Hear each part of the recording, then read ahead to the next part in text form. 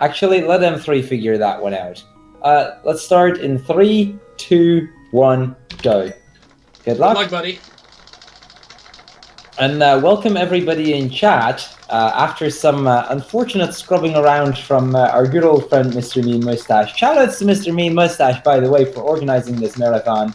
I know he's been working really hard on just this, and well, we figured we might as well. So after, you know,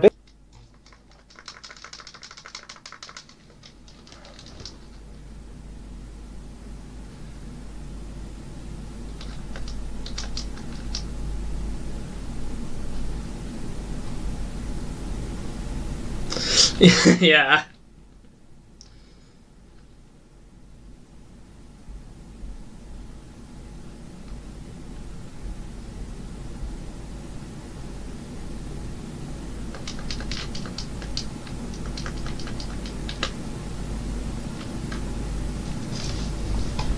reason. Okay, that is this might work now as well.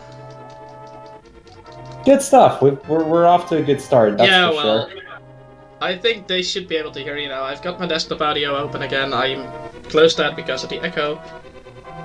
Okay. Yeah. Let them three figure it out. Basically. I guess I'll redo my entire story. So here goes again. We are really off to a good start today, guys. We are really off to a good start. Anyway, as I just said, we're gonna be. So first of all, my apologies for all of the audio cuts, all of the weird stuff happening stream-wise. You know, gotta give it for M3's scrubbing around. I mean, it is M3's first time. Shoutouts to M3, by the way, for totally scrubbing around with this. So we're going to be running a Link to the Past 100%. Basically, we figured we might as well start off the marathon with this, because we're both kind of scrubs. We're both going to get, you know, we're not really going to give you guys the best possible show, so we figured we'd lead it off so that not too many people would be watching just yet. Anyway, so we're going to be running Link to the Past 100%, basically meaning that we're going for all items, all heart pieces, and all of the final upgrades, basically, in the game, as well as beating the game, obviously. So, yeah, that's basically the plan for today. I guess for those that for some reason don't know us yet, I guess we might as well introduce ourselves and introduce Tia a little bit here. So my name is Crrool, speedrunner of a wide variety of RPGs, and for some reason I also decided to run this at some point. With me is Xitaczz, who is about as bad at the game as I am, so, you know, that makes for an even match at least. Very true, very true. I'll just get rid of that guard. And so the first thing you may have already noticed is that we didn't pick up the boomerang. At least I'm assuming Xitaczz didn't either. Nope. That's not entirely without reason. We're actually going to skip the boomerang here in order to get it later on somewhere, because getting it later on means we can get the red boomerang right off the bat, which is kind of what we want to get. Because the red boomerang, you know, it's just a lot nicer than it would be to get the blue boomerang and then actually having to upgrade it. So yeah, we're basically gonna rescue Princess Zelda. It looks like we got the key at about the same time, at least. I've got the stream up, you know, see what things are gonna look like. And with that, we're gonna head out of this place and we're gonna rescue Zelda, and then, you know, from there, we'll hear more about the legend. If, you know, you could actually read Japanese. If you could read Japanese, which is still a problem. We are reusing the Japanese version for a very specific reason. Basically, the Japanese version has a lot of minor glitches that the US version doesn't, which save quite a bit of time over the course of the run. Not to mention the text itself is so much faster that just on that we save like right around a minute already. So minute of free time save plus a lot of minor glitches that we could abuse and make it even faster. Seems like a good reason to use Japanese, especially because that minute is mostly just text mashing, and, you know, nobody wants to see that. No, because, you know, we can clearly explain the freaking story. It's not a hard story at all. Let's hope we can. Let's hope we can. So yeah, with that, we're gonna take Princess Zelda out of the castle, and we're gonna basically just try to escape as fast as we can. This is just very easy dungeon crawling. I mean, at this point, there's not a lot that can generally kill you unless you take too many hits for Unless whatever you're reason. me and you're on one heart already before entering, you know. Unless you're Zeta and you're on one heart already before entering the thing. But yeah, that's Zeta for you. Yep. I'm here to, you know, keep the level down. We can't have too many good runners. Exactly. Gotta scrub around a bit. This would almost be Scrubathon at that point, but then Scrubathon actually has good runners, so you know. Yeah. Yeah, dying in Escape is, well, fairly bad. Not great, let's just say that. Although luckily, like, Escape itself, all of the enemies are like either a quarter heart or half a heart worth of damage. They don't really deal a lot of damage. Everything's pretty easy to get away. Most stuff dies in either 1 or 2 hits, so generally there's not a lot you need to worry about. But still, you sometimes want to be careful. That rat over there, and with that we're going to move on out of this place. Basically, every single time we go through a few rooms, we're going to see Zelda pop up, and she's going to tell us a little bit about, you know, you need to go in that direction in order to get out of this place. She's kind of just going to guide us along. We can't really read it because it's Japanese, but we've escaped out of this place often enough that we pretty much know where to go. And some of the text boxes are actually skippable. Like, in the room where you have to pull the switch, if you enter the room and you press right immediately, you'll actually skip a text box. Which is not, you know, it's not a big time save, but it's a time save, so we go for it. So, now that we've actually escaped out of this place, we're going to see the first difference between any percent run, at least if you're a good runner, and a 100% run. And that's that we're going to get the heart piece, or the heart in the chest over here, the sanctuary heart. Now, if you were a good runner of this game, for any percent, no major glitches, you could just skip that. Then again, I mean, most runners will still get it anyway, because it only takes a few seconds to get it. It does add a little bit of safety because of that, having that extra heart. Yeah, especially for other tricks coming up in the new in the next dungeon. Yeah, this next dungeon will require a somewhat difficult trick that I hope we can actually pull off, or at least one of us can. And for that, having an extra heart adds a lot of little safety. At this point, though, there's not a lot going on. We can still just only move by foot, so, you know, every bit of movement is very straightforward. Just try to move it optimally, not hitting as many, or trying to avoid all monsters if possible. You know, just trying to take optimal paths, all that kind of stuff. There's really not much to it for the early part. Very soon we'll be getting running boots, and at that point, stuff will be moving a lot faster. That's where stuff is going to be a little bit more interesting.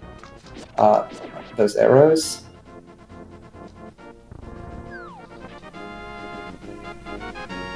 So let's see. Let's get up here. And with that, we're pretty much getting into the first dungeon of the game. So before anything else, we need to go through 3 light world dungeons before we can beat Aghanim, get the Master Sword, and then with that go into the Dark World. First and foremost, in order to get the Master Sword, you need to collect 3 pendants, and one of those 3 pendants is right here in Eastern Palace. Now, story-wise, you're supposed to go into town, and somebody would tell you about Xitaczz or whatever his name is. Yeah. We really can't properly pronounce that, but hey. The guy has a really difficult name. Yeah, the guy, it's not even funny. But, you know, he's an old guy, he has a lot of knowledge about the world and what the hell is going on, so... Skeletons, please? Yeah, about that skeleton room, you can actually get a 2 spawn, a 3 spawn, or a 4 spawn. And optimally you'd like to have 2 skeletons, because, you know, obviously that's the fastest. I think Crrool gets 3 spawns most of the time. I got 4 because somehow Yeah. I missed my pot and it was just bad. Okay. Yeah, well, that, and if things fail, you'll get 4, and that just takes It is time. very consistent to set it up. But like I said, we're not great runners at this game, so you'll see us scrub around a whole lot at this. That is generally the aim of this marathon run. We're gonna scrub around because we had to submit Link to the Past, and M3 would force us into it. But yeah, Yeah, let's not go into that. So let's all just blame M3, hashtag blame M3. Yep. So, coming Okay, up so- might be the damage boost. And I got it. Yeah, let's try to see if one of us can get the damage I actually boost. got it. Nice. I'm about to get there. See What if you I do can is you get get it. damaged, and with that you get invincibility frames. You abuse Okay, those frames to actually... Okay, I got it. Although one. I survived on half a heart. Ooh. I survived though. I got through. So yeah, that damage boost, it's not that difficult, but It can kill you. yeah, if this is why that extra heart is really convenient to have. For safety, you can always pick up a fairy, but... Basically, in that room, you need to kill every single enemy there in order to get those things out of the way. But by damage boosting through, you save having to actually kill things. It saves quite a bit of time. Yeah, it's roughly 30 seconds, I believe, so... Something like that, yeah? It is definitely worth going for.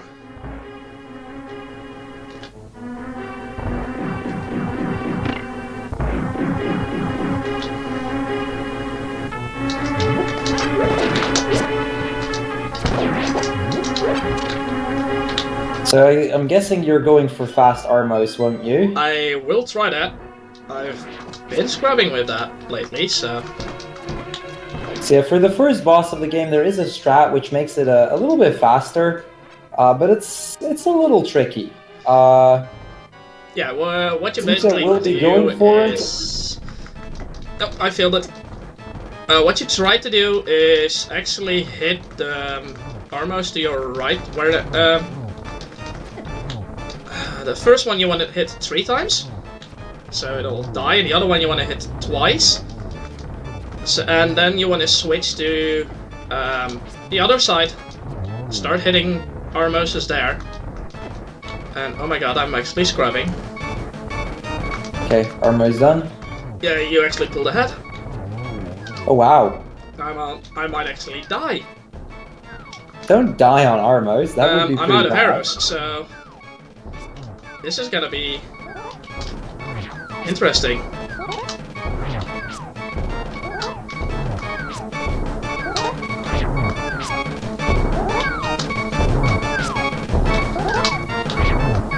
Yep. This is gonna be a huge time loss. Did you die, or...? No, but I'm killing him with the sword.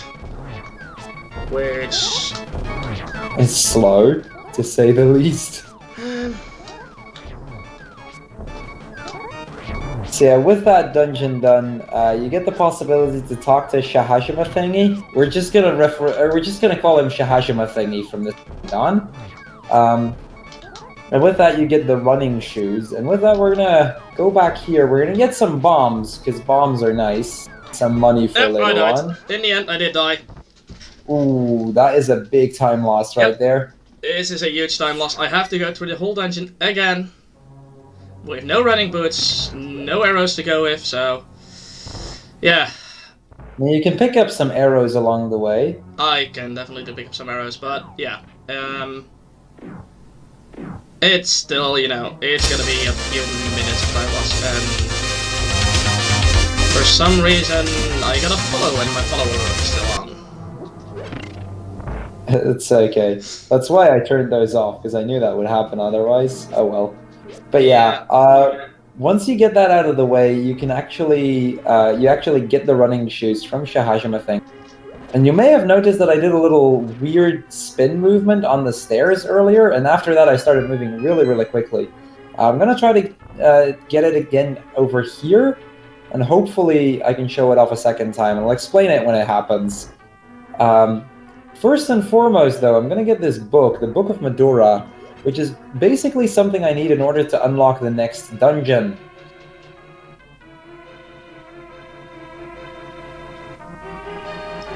So yeah, even though that I died, I got a second chance on fast Armos. I definitely want to show that off to you guys. You just died because you wanted to show off fast Armos, didn't you? Shh, don't tell them. Don't tell them. Okay, it's all RNG manipulation. Just like the lava boost M3 did last week. Yeah, that seems fair. Shoutouts to M3 doing lava bursts. Alright, and that follow alert wasn't that loud. I can make it way louder. So yeah, did not get to show it off a second time just yet, but I'll try again in a little bit. In the meantime, with the book, we're going to move on to the second Light World dungeon. And this is probably the one where Xitaczz can catch up a whole lot of time despite that death he had. Because this dungeon is one I'm really, really bad at. Yeah. Well, especially the boss is kinda difficult. We've got some rough bosses coming up, so anything can still happen. So right here, we're going to use the book in order to unlock this dungeon. And that's going to allow us to try and get the second pendant. Basically, we need 3 pendants in order to get that Master Sword. Okay, that was almost... It was not the fast kill as I wanted it to be, but it started off correctly. What you do is hit the first one 3 times, the second one twice. You move to the left, and then you sort of start shooting your arrows in a rhythm.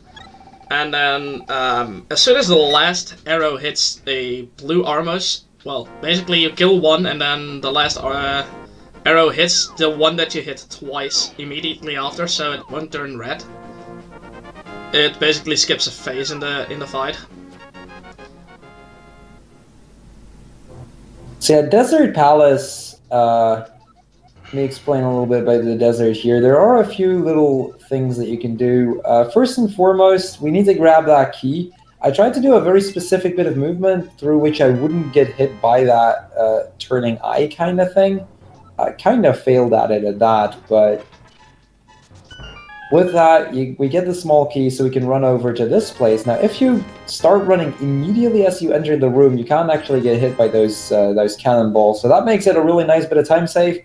With that, we're going to move out of this place, and we're going to head for the next big chest. So at this point, we basically need a whole bunch of upgrades in order to actually get items and progress through the story kind of thing. And the first one's going to be over here. We have the running shoes at this point, and that's going to allow us... And with all of this done, we're going to go over here and get the gloves. And the gloves are a really, really useful item. Basically because they allow us to pick up rocks, and that opens up a whole bunch of paths over the course of the game.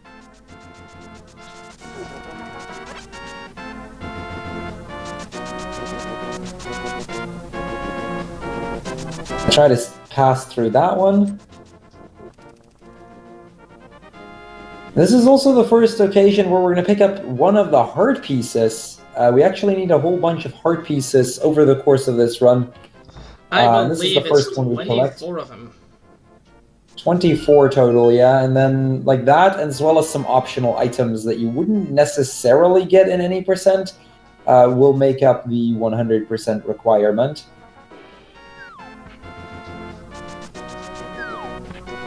So with those doors with the key, you can actually dash through it, but you need to be lined up exactly in order to do so, otherwise you'll just bonk into the door.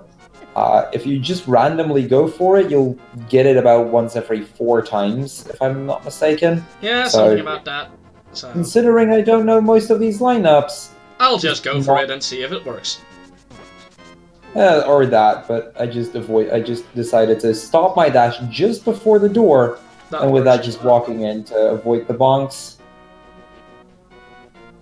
It's really, you know, you can go for either. Generally, you'll want to know the lineups of those things. That is, of course, ideal.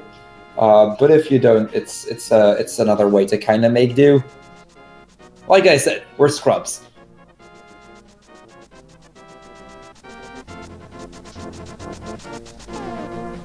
So now comes the Lanmola fight, and this is a really hard fight unless you really do know what you're doing. Basically, you're going to try to hit them with arrows, and that is really finicky. Yep. I think ideally you would 2-cycle the boss. I think it is possible to, like, I think 2-cycle is possible, either 2 or 3, but unless you know what you're doing, it's going to be hard to pull that off.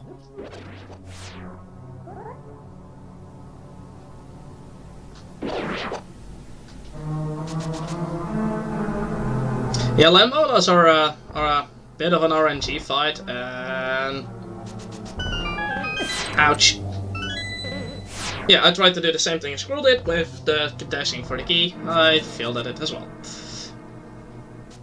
But yeah, Lanmolas, their first spawn, as in their first spawn point, is actually always the same. Oh, okay. Well, that's gonna give you a chance to catch up. I knew I was getting low on health, but I was slightly too close and I died on land more or less.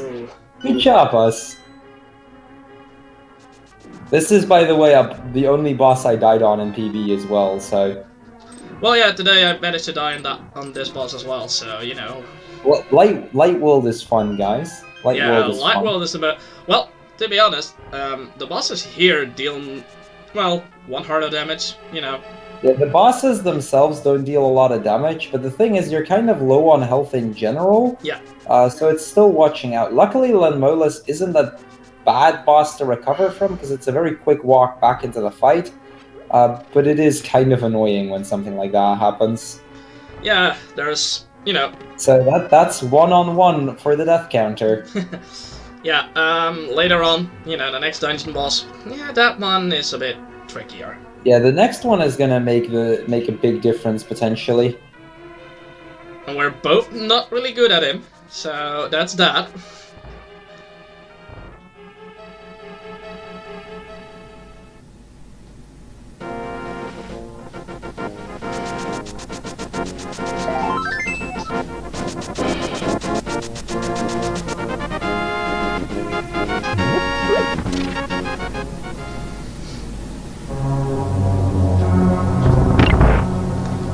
But there will be a lot of cool tricks in this run. Hopefully. And I didn't get the... Oh my god, I didn't get the door boost, which caused me to get hit by a flying tile. Which put me to 1 heart. So... Oh, Lanmola is gonna be fun for you as well then. Yep, 3 hearts Lanmola, let's go. Okay, I just got Lanmola out of the way. Good job. So, yeah, rough fight. Still an annoying boss, but... we got somewhere. I am looking at chat, Steppa, yes. Well, up and like on and off again, but I am looking at chat for the most. So yeah, with Lanmola out of the way, we're gonna get some more of these heart pieces. I am wondering, Zita, are you gonna go for fake flippers? I will try to get fake flippers. That's so the thing with fake flippers is, which is what Zita is probably about to go for then, if he can get the kill on the boss, is it saves about 8 seconds over not doing fake flippers. It's another one of those minor glitches that can really help you out. The also, thing is, soft lock your game. It can completely lock up your game if you get hit during the fake flippers. Not to mention, you do need to, at the same frame, jump into the water and then transition into the next screen. So it's really difficult to pull it off. So if you can get it first try, it is a pretty neat little time save, but it does add some risks as well. I am not gonna go for the fake flippers, by the way. Just gonna run my way there. Gonna take the slow walk. I thought this was a speed run, dude. Yeah, I know. I guess that's why we were the ones to start this thing. Yeah. And that were the pretty decent boss fight, to be honest. Nice. That's gonna catch you some time back over that death for yeah. Whatchamacallit? Armos, yeah. That's at least gonna make it a bit more of an even race, so at least there's that. Plus, Trolldorm is coming up, and, well, we both know what that guy's gonna do. Yep. So, on the right end of this lake, there is another hidden place here, and that contains another one of these heart pieces, so we'll get that out of the way as well.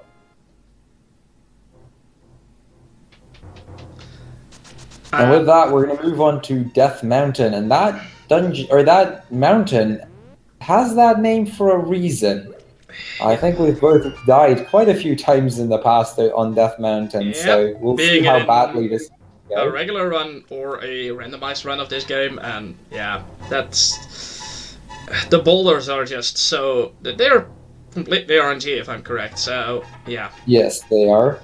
It See, can I happen think- that you actually talk to the old man, and that a boulder is just falling on your head as soon as you regain control, which, means you get damaged.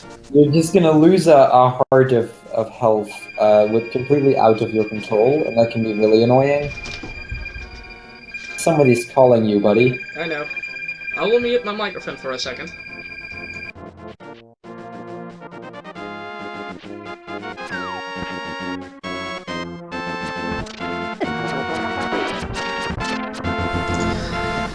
Having little sisters, you can't live with them, you can't live without them. You can live without them just fine. Yeah, well, here comes... So on these stairs, there is another possibility to go for that same glitch that we saw before, the spin speed. I unfortunately didn't get it. Yeah. So one nice little thing about 100% though that you don't have in any percent is in 100%. Got the fake Okay, there we flippers, go. guys. You did it? And I soft locked. Oh, dude, no. Yep, I did. You guys can now see what happens when you actually get hit in fake flippers. This is what happens. This race is over, guys. I think we're gonna This race switch, is just over. You might want to ask M3 to switch it over to the Yeah, to the single one. to the one player then. Yeah, well, guys, I'm sorry I couldn't complete this. Yeah, if you get hit, the game doesn't know where to put you back, and then this happens. It is an actual softlock. Normally, if you enter the screen yourself, and then what I tend to do is move a screen to the right, then jump back in left ways, then swim to the right, and then if you get hit, the game will still know that you jumped in the water from this screen. Unfortunately, I did the correct way this time, and the softlock happened. So I want to ask Mr. Mean Moustache to actually switch over to the single runner layout. Suddenly turned into a one-player race. Yeah, it's a one-player race. I'm sorry, buddy. It happens. Guess it was a good thing this was a race after all, then. Yeah.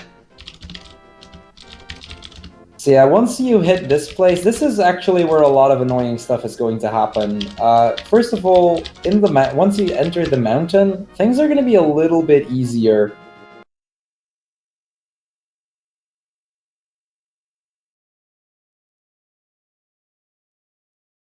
Near the end, which completely fills up your health again. And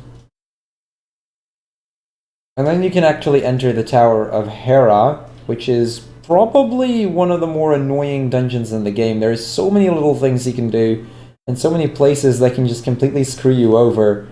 Specifically, most notably, the boss fight of this place. It is quite the boss. I will try to turn my audio in such a way that you guys can actually hear everything in a little bit, by the way. And I look for an opportunity to do that. I was not prepared for this.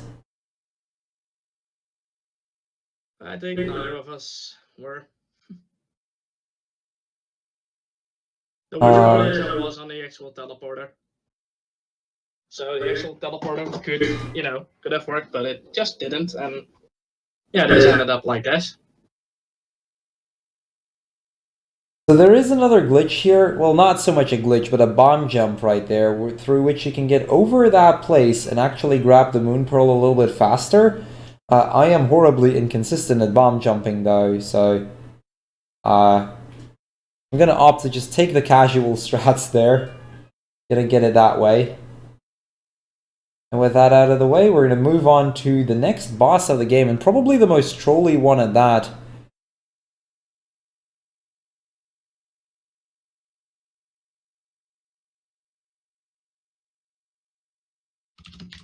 So here we go, time for Moldorm, or as we like to call him, Trolldorm. So this boss, he moves in a random pattern, and he can just randomly decide to swing you off of the playing field. If he decides to do that, you can lose a lot of time, because at that point, you basically have to redo this entire fight. Really annoying when that happens. Oh. Come on. Get over here, Trolldorm. There we go, first try. Good job, buddy. Good job. So that is Trolldorm out of the way, and that gets me the third pendant, which we need for this next segment.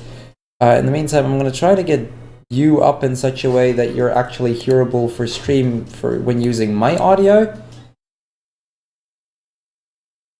M3, let me know what I need to do in terms of audio at least. I'll try to do that in the little downtime that I have over the course of a run like this. I'll be right back, Crrool. All good?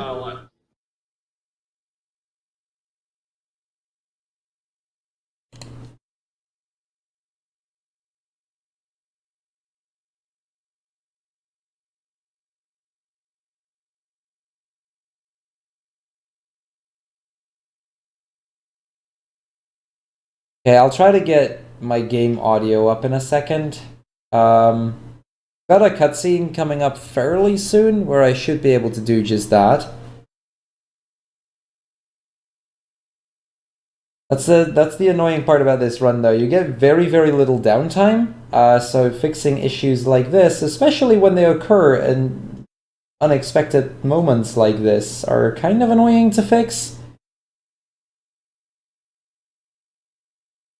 So this room is really tight in that if you go in too far, if you run too far, you'll run past the last one, you'll bonk into the wall, and you'll have to redo that entire room. It can be quite a time sink.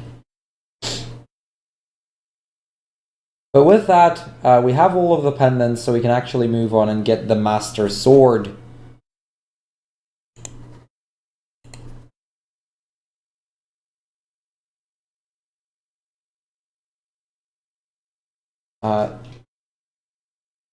That thing can decide to not troll me as badly. That'd be neat.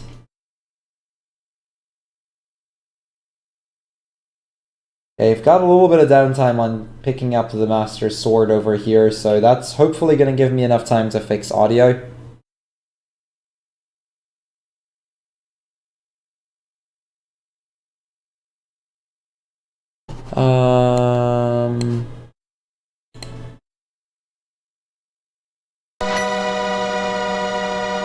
Okay. Chat, let me know how the audio is like this. Hopefully it'll be, you know, audible at least.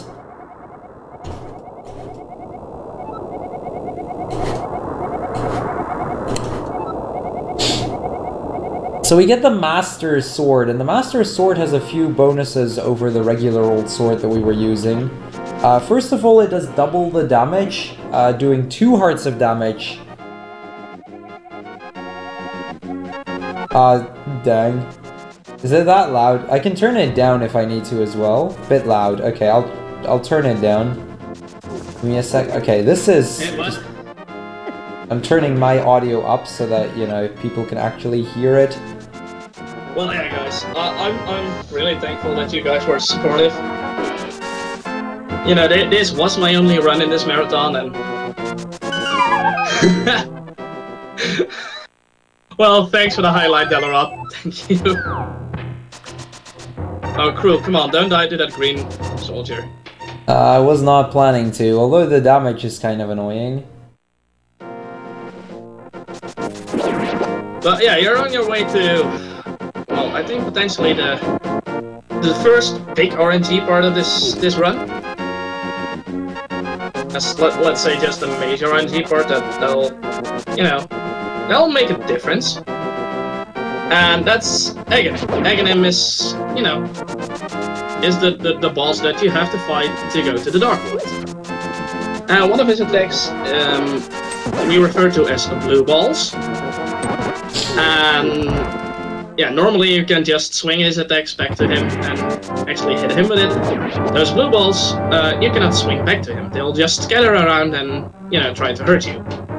The more often he does them, you know, the more time loss you have. But optimally, Crrool would get a 2-cycle. Let's just all hope that, you know, 2-cycle will happen. Dinner time, boys! See if I can get it. So that is a pretty hard trick there, killing them both at the same time. A little hard to pull off, but I got it first try, so let's go. By the way, chat, is Zita audible at least? Because if Zita is audible, he can help me on commentary a little bit here, and hopefully make my life at least easier. Zita's run may have ended, but his contribution to the marathon... I hope he may actually, you know, get a PB out of this. Because it's not impossible. That's definitely not impossible. RNG is going to determine a lot in that, and there is still, like, I am still in the green. All the RNG is still ahead of you. Yeah, the main RNG points of the run are still ahead of me. It does look like I'm going out of Light World in the green though. It does look like I'm slightly ahead at least, so at least there is that. Crrool, could you, whenever you have the chance, try to push me up a little bit, just a little. Yeah, we'll try to. And I'll open your stream. We've got a pretty big cutscene coming up, so I'll probably have an opportunity to do those. So then, one of the biggest things indeed.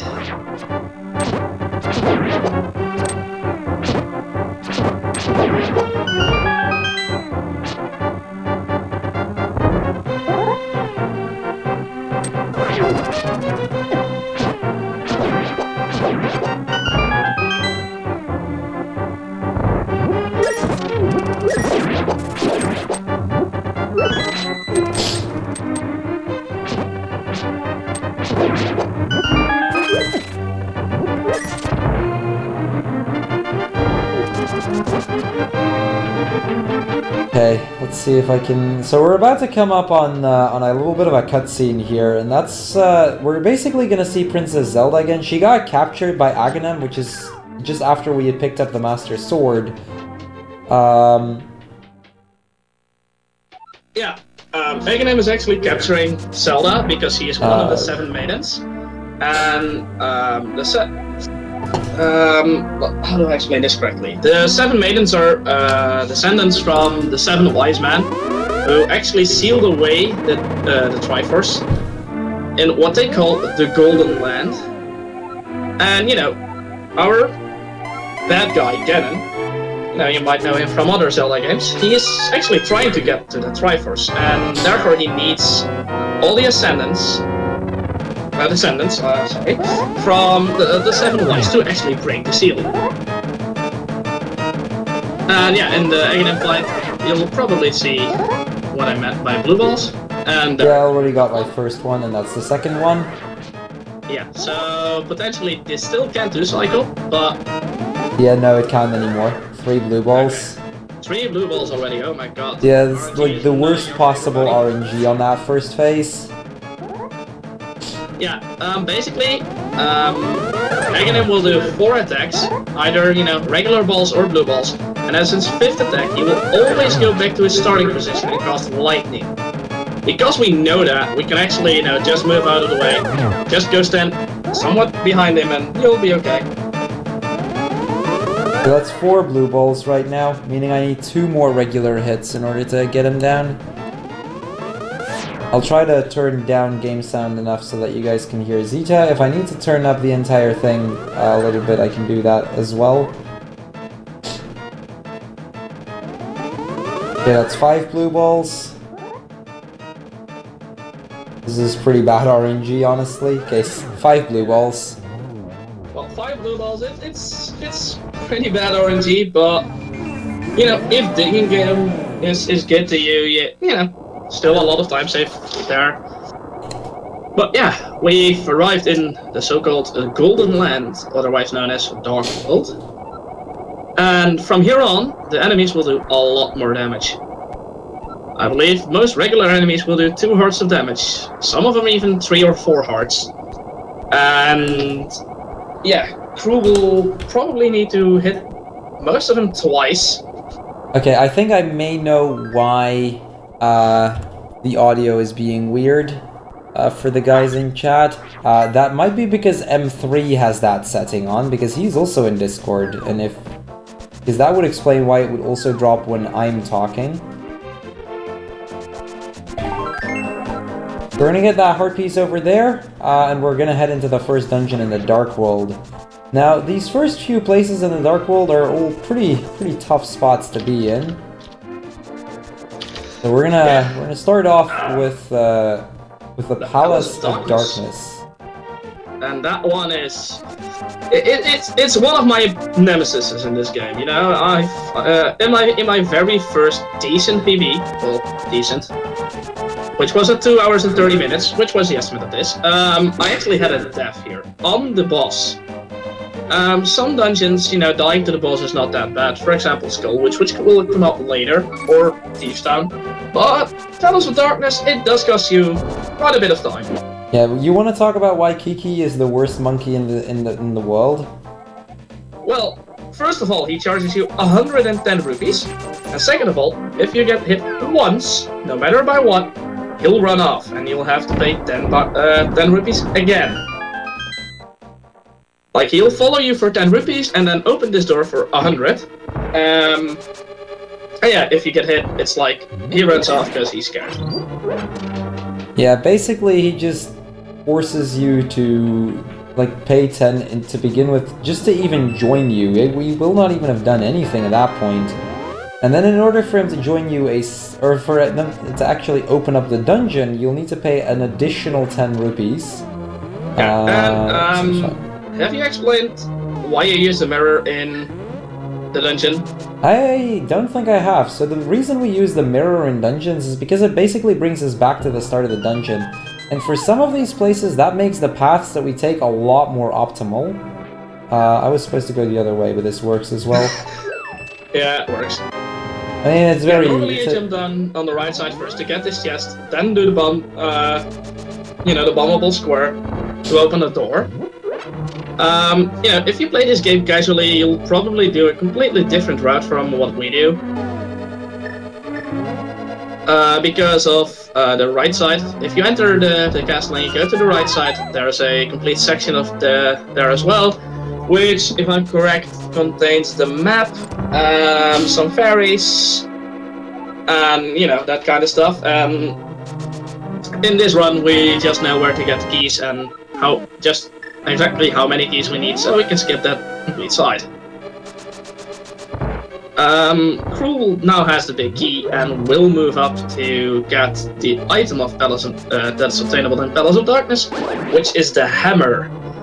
The hammer is actually as strong as the Tempered Sword, which is level 3 sword, but has a really short range, so, you know, using it to kill regular enemies, kinda hard.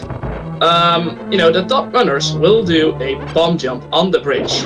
The bridge will, you know, start collapsing, so that's that. There's two major issues with that bridge. First of all, as Xitaczz mentioned, it's gonna be collapsing, so that makes it really annoying. Second of all, and that's probably the biggest problem at that, is not only will the bridge collapse, it's a double pixel perfect bomb jump, as in you need to be on the exact correct Y pixel and X pixel in order to make it work. So that just makes it really difficult to do, which is, you know, it basically only skips those two rooms that I just did, so it's a pretty minor time save for it at that. So I just opted against it. Yeah, it basically indeed skips the room with the turtles in it, it skips the room underground with the rupees and where you picked up the key. And actually it does skip the room, the darker maze room as well, because you'll bomb the wall so you can enter from the other side and then just pick up the key and go back.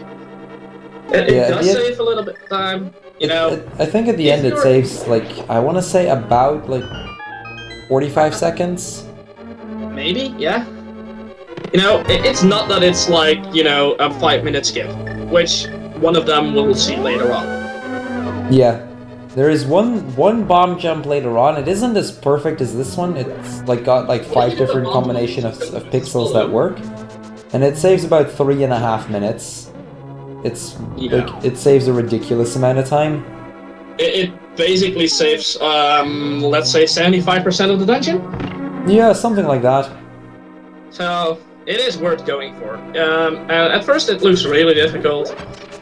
When you look into it, it's not like it's triple or double pixel perfect. It's you know, it has, I believe it's 7 pixels I thought it was 5, but 7 sounds right as well. It's either one of those 5 or 7 two. pixels. You have some room to work with. So, the room where he's in now, those are fairly annoying creatures. They'll mirror your movement, and yeah. Yeah, moving up. We'll go back underground. It will be dark. There will be turtles, and trust me, those turtles are dangerous.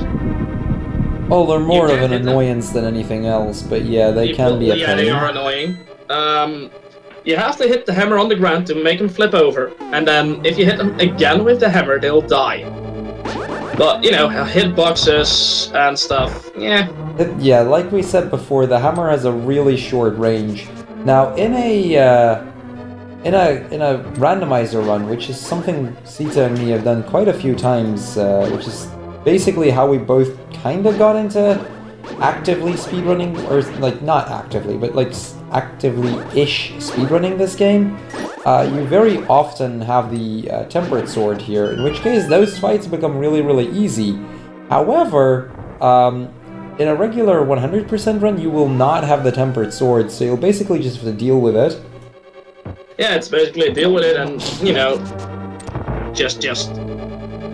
So with that, we're going to come up on the boss, and there's a little bit of a trick that we can do here, and that's that if we hold the sword out like this, and then smash him with the hammer, we will not actually turn backwards, and that makes hitting him with the hammer over and over again a lot easier, and a lot safer as well.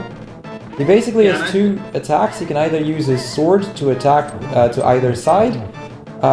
Steel, you mean? And then, or the fiery balls. And that's slashing them. him. Okay, yeah. As a kid, I never knew that hitting the mask with a hammer was an option, so I always did it with bombs. But as you can see, his movement is unpredictable. So trying to get a bomb, at, you know, right under him and, you know, getting to hit it, it's tricky. So once I learned the speedrun, I was like completely surprised that you could actually hit him with the hammer. I was like, wow, I did not know this. And yeah, at first, I will say I also always killed him with bombs as a kid, so... I mean, the bombs were usually the strat I would go for, and then as a kid, I actually used arrows afterwards as well to make things even worse. So, it was a pain to deal with it, but as you can see, it's a pretty easy fight with hammer and sword. Yeah. I know, you know, the 7 dungeons we're going through, in every of those dungeons will be a maiden. Those maidens are locked in the crystals, I believe, or they're telepathically talking to you through the crystals in some way. You know, and after the first one actually tells you that there are 6 more dungeons you have to visit, and all of them, you know, will actually, you know, contain a maiden as well. And once you have got all 7, you can actually enter Ganon's Tower. Normally, you know, the game thinks you'll be going for, you know, to go do them in order. But in a speedrun, we kinda dislike orders. So what Crrool will do is, he'll probably go to the village. And on his way there, you know, he'll go play a fun little game. It's called Digging Game. He'll get a shovel and, you know, the guy tells him, you know, there's a heart piece hidden somewhere, go find it. Yeah, and that is probably the worst bit of RNG about this entire run. The digging game, basically you can get it on every single dig. Rupees. Come again?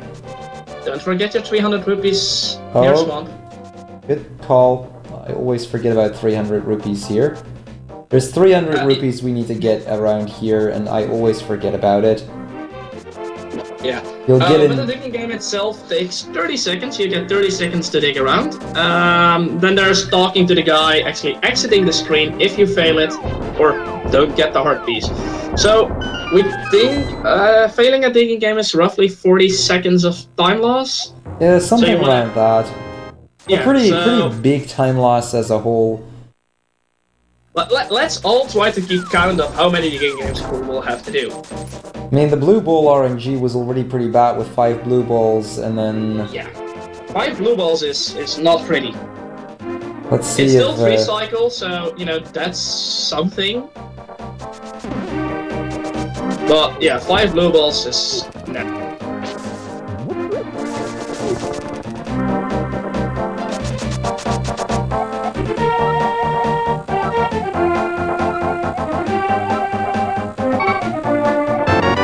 Yeah, Crrool just got the shovel from a weird-looking guy.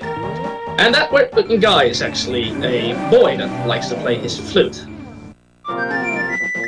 And as soon as we enter the light, well, you'll see the boy playing his flute, like nothing is going on. No. And then, you know, you pick up the ocarina, which most of you guys may know from other Zelda games.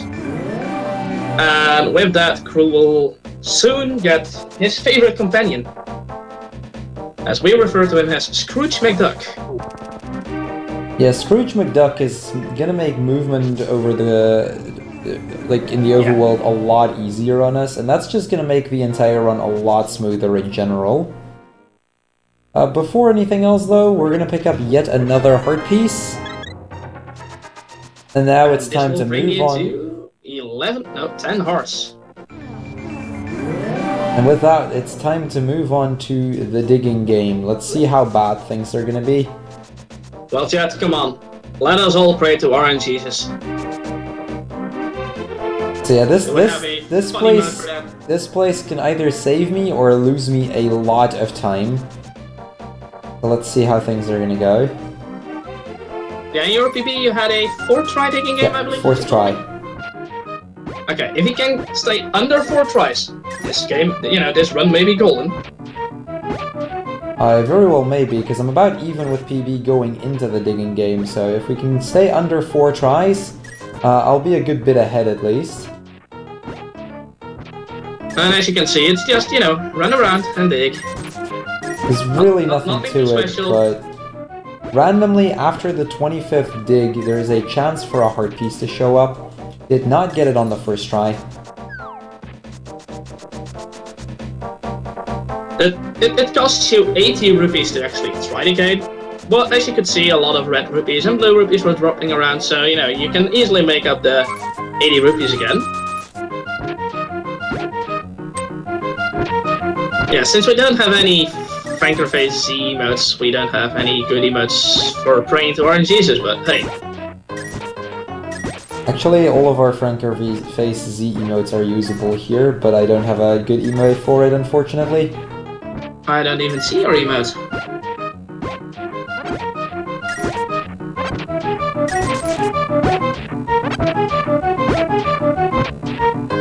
Nope, not on the second try.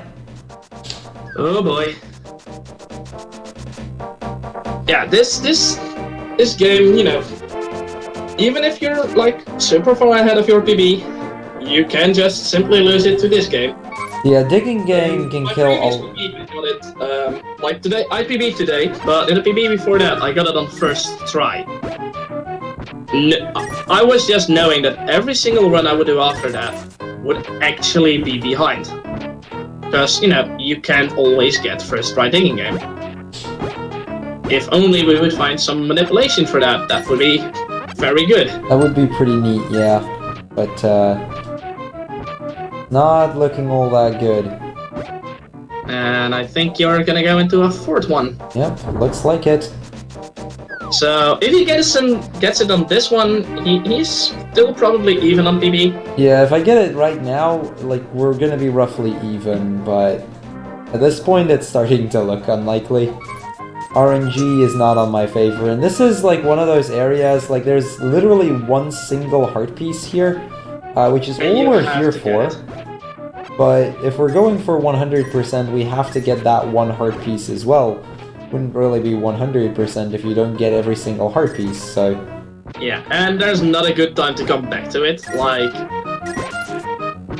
Let's say, let's finish up all dungeons and then go back, because, yeah, that will actually cost you even more time. Looks like we're going into a 5th try. Ooh. Yeah, at this point we're going to be losing a lot of time. So, unfortunately not much we can do about it. Nah, but you can basically keep on trying and just keep on praying. If the game wants you to have it, you'll have it. I vaguely remember your first ever PB had a 15th try digging, right? I don't think it was 15th, but it was pretty bad, yeah. Yeah, your digging was pretty bad. Like, and after this, you know, you'd say, well, we're done with playing the games, and, you know, nope, we're not. There's a bit of, you know, just going over the world map, getting stuff, and after that, we'll play another fun minigame called Chest Game. You pay the guy 30 rupees, you're allowed to open 2 chests. One of them will contain a heart piece. It's you know, they like to make... Going for the 6th try. This is getting really unlucky right now. Go on, chat, give him some energy. We need to actually...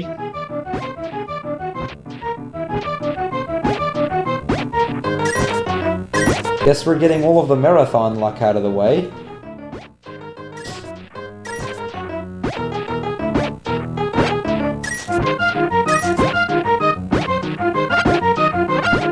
Well, yeah, marathon luck. We had a glitch showcase. Ah, there we go.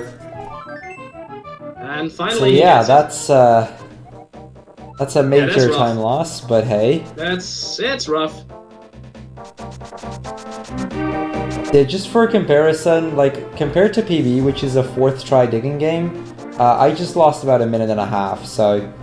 Like, which is obtainable back in the dungeons, to be honest. It is, but at that point, you know, it does show how much harder it can become just because of that digging game.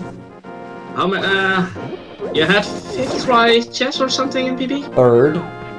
A 3rd. Ooh, that's... yeah. If you get a 1st try, you will probably save about 30 seconds or so? Yeah, something like that, but it will not be much, so we'll see. This game does not lose you that much time.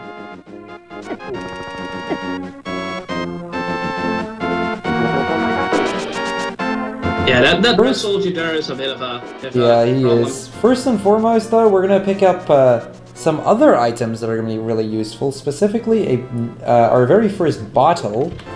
Now, bottles are useful for a lot of different things. You can store potions in it, which is gonna be useful for things like, you know, health and magic potions.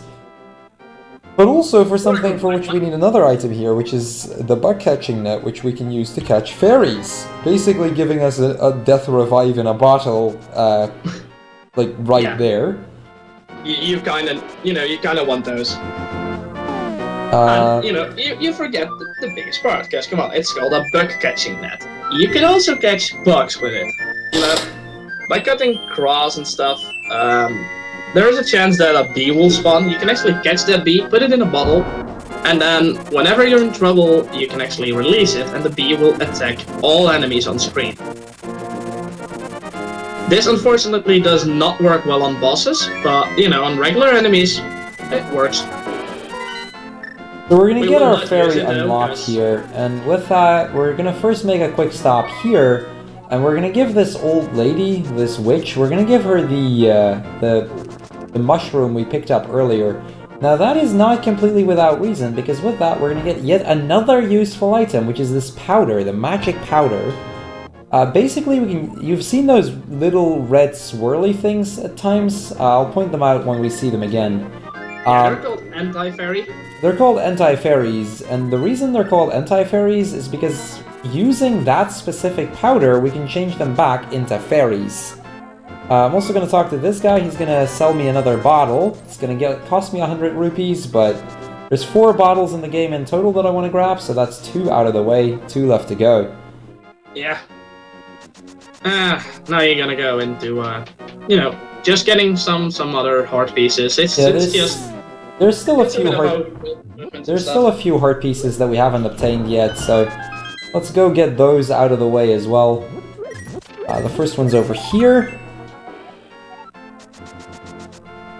Basically, all of this stuff that I'm getting here, you can pretty much get all of that before you even start doing any dungeons. The thing is, there's no convenient time to do so earlier. Back when I first ran this game, I usually used to go here first, just to get all of those safety items, and then I would actually move on to start doing bosses and the likes. Yeah, fun fact though, Crrool, you just basically stole a heart piece from a thief. I did just steal a heart piece from a thief, well noted there. It's kind of weird. Like that house that Crrool entered is actually the house of a thief called Blind. You know, that name might sound familiar to some of you. Yeah, if you've played the game we'll before... see you in a short time. Yeah, we'll point out who Blind is when we get to him, but... a very important thief in this game, and we'll get to see him again very, very soon. First, though, we're gonna make our way back into the Dark World, and we're gonna see if we can make a visit to this, to this town, to the Dark World, because, you know, if there's this much good stuff in the Light World already, well, what may Dark Store have in store for us? I think he wants to play a game. Yeah, first and foremost, we're gonna play some more games, because I like playing games. We kinda got screwed over by the last one, but hey, can't let our Yeah, this one will be good. Yeah, we can't let our hopes down just yet. And if you move optimally here, you can open 2 chests and then dash out. Yeah, that's... I still have to teach Crrool how that actually, you know, works, but... Yeah, you can actually get the 2 in the back, but...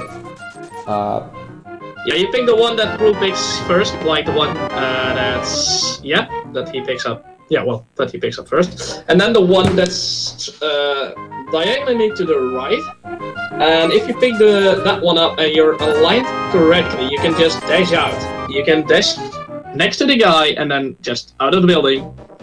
And, you know, since we generally have to do this a few times...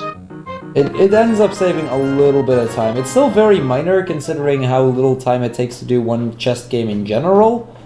We're losing more time though. I think we're on 5th try right now. Ooh, yeah, this is seeing a lot of hearts, but not the heart piece, so... Yeah.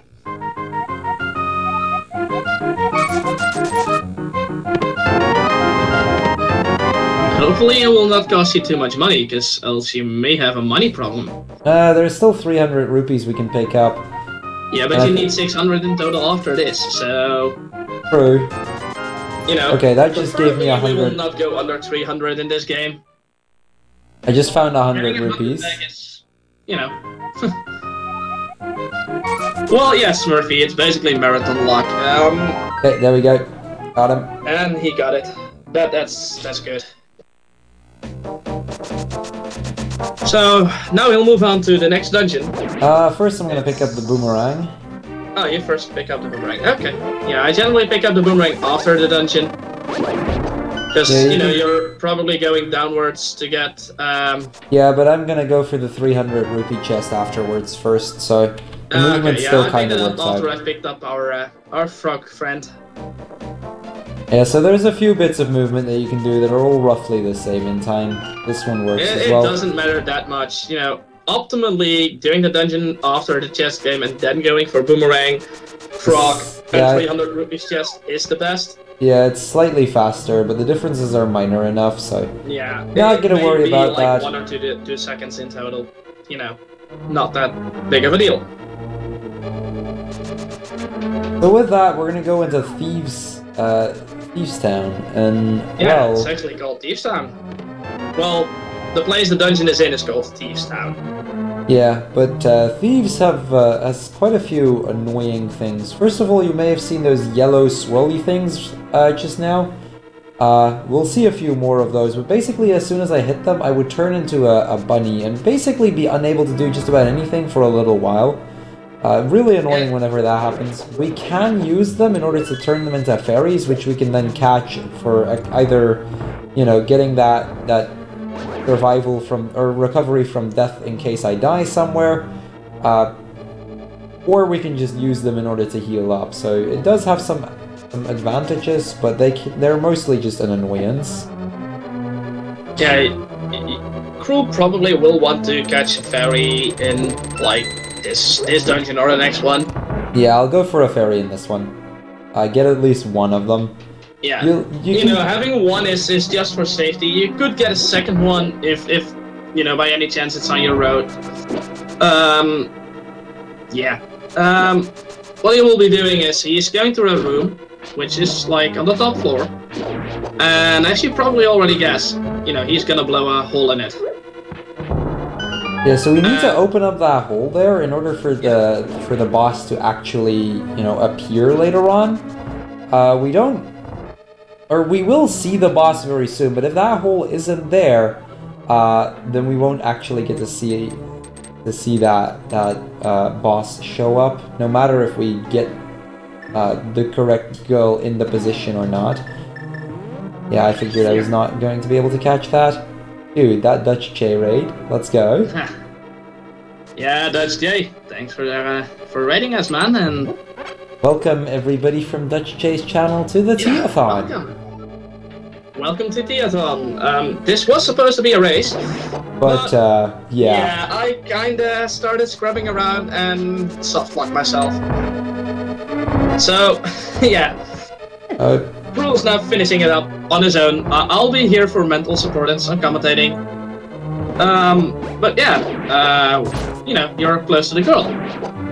Well, and you know, you remember that girl in that crystal? I think she told you to go save girls, so... Yeah, we'll save this girl. She's conveniently enough not actually in a crystal. She's right here in the prison. Which makes it easy. Oh, I kind of wanted to capture that fairy. Oh, yeah, that is a bit of bad luck, but hey. We should be fine still. You have a fairy. I know that you know how to fight the boss of this dungeon, so I'm confident you can do that without losing that fairy. I don't have a fairy, actually. Oh boy.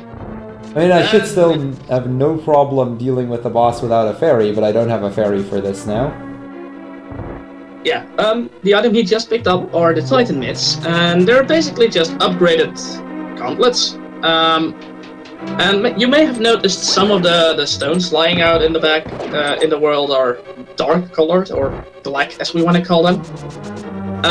You know, they are too heavy to pick up with regular mitts. You know, of course you need special kind of gloves to pick up stones, and he can do that now. And onto Blind. So this is that thief we mentioned earlier. This is Blind himself. He is in the Dark World, and he is one of the bosses here. So an interesting thing about Blind is you can actually fight Blind with whatever sword you want. Every sword will deal the same amount of damage, and you always need an exact total of 9 hits on him. Yeah, and his movement may look like it's RNG, but it's not. Okay, I actually got him, so good stuff. Did not die despite not having a fairy. Yeah, as you could see, like, if the flying hats were shooting at him, if they hit him, it was 1 heart of damage. If the actual boss himself would hit him, it was 2 hearts of damage, I believe. Yeah. At least it's more, and yeah, it's just, you kind of want to avoid that. Yeah, so the entire boss is completely, it's completely scripted. Everything he does is in pretty much a set pattern. That does not mean, however, that fight can be very easy. Casually, that's a very difficult boss. In a speedrun, it's not as bad, but it can still be a bit of a pain. Yeah, you know, normally... wait a second. Now we go get the Tempered Sword. I was almost, you know, forgetting that. And that would be bad. Yeah, before we do, though, I'm going to make a quick stop here to get some more rupees, because I do need money. Like Xitaczz said earlier, we need about 600 rupees for the rest of the game. Conveniently, this chest has 300, and I still had about 300 left, so that gets us all the money we need. Yeah, he's good to go now on money. Well, yeah, he will go and get our good friend, Senior Frog. Yeah, there's a little frog over here. He's captured between these really heavy rocks, so we might as well try to help him out.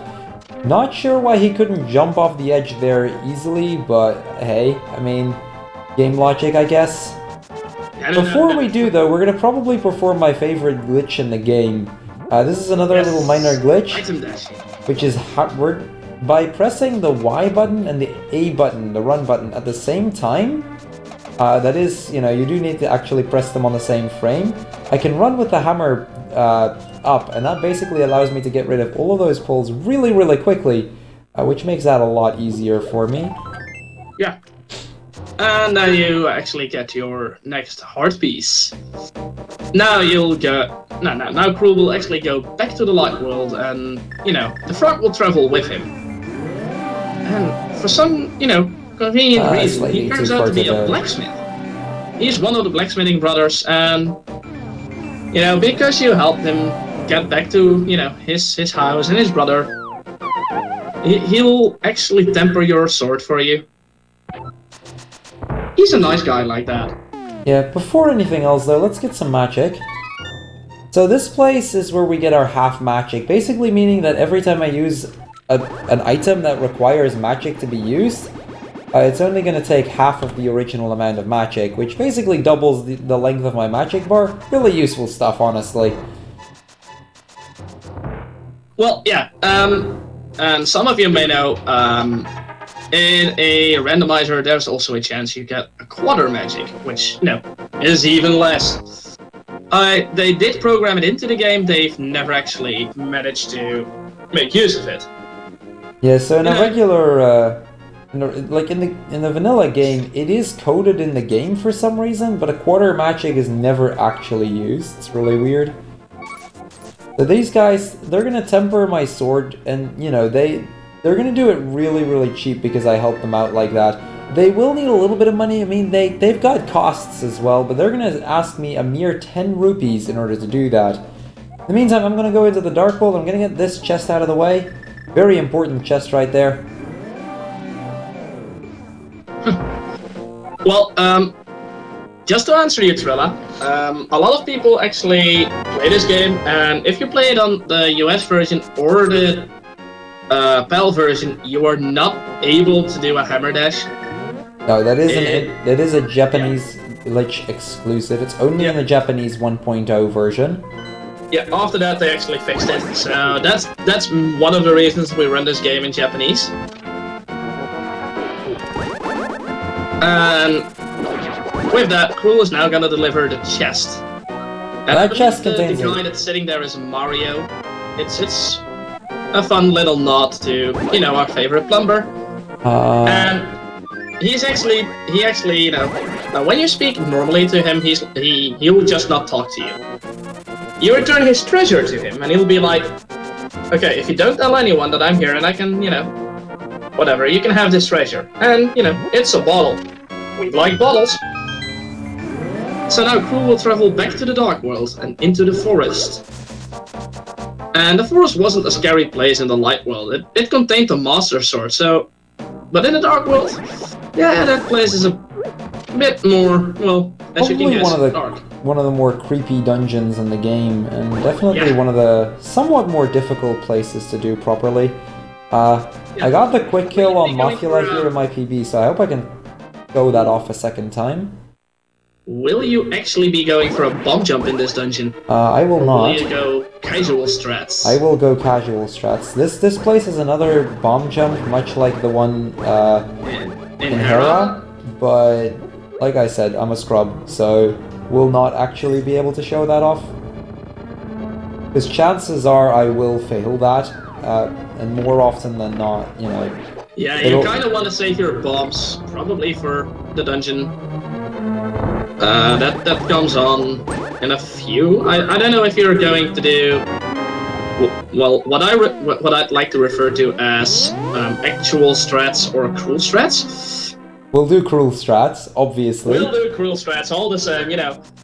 Normally after we've done Skullwoods, we'll go by the flippers, and we'll head to the Ice Palace. But since I believe 95% of all runners hate the Ice Palace. And I mean hate. It's not dislike, it's just you hate it. It's an awful place. And just to make sure that you're a bit safer, Crrool decided to, I'm gonna go with a different route. I'm not gonna go to Ice Palace after this dungeon. I'll just do another dungeon first and then do Ice Palace, whenever I feel like doing it. Yeah, so I'm gonna do ice a little bit later than I would normally do that. I believe it loses about, I want to say 40 seconds, but it adds a lot of safety to a lot of those dungeons, so... Well, Shady, I definitely do watch chat, so...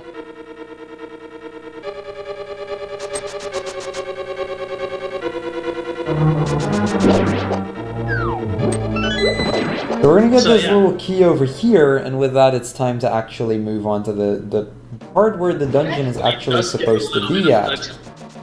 It does skip a little bit of the dungeon. You can basically skip half of the second part and a little bit of the first part, I believe. Yeah, there's that little chest in the corner over there. That actually contains the key I'm supposed to use. And then this room, we've got a little skip as well. Let's see if I can get it. There we go. Easy every time.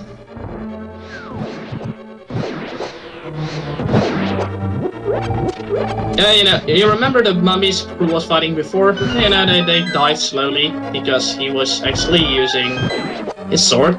But now he has a fire rod and they'll just burn because, they're mummies.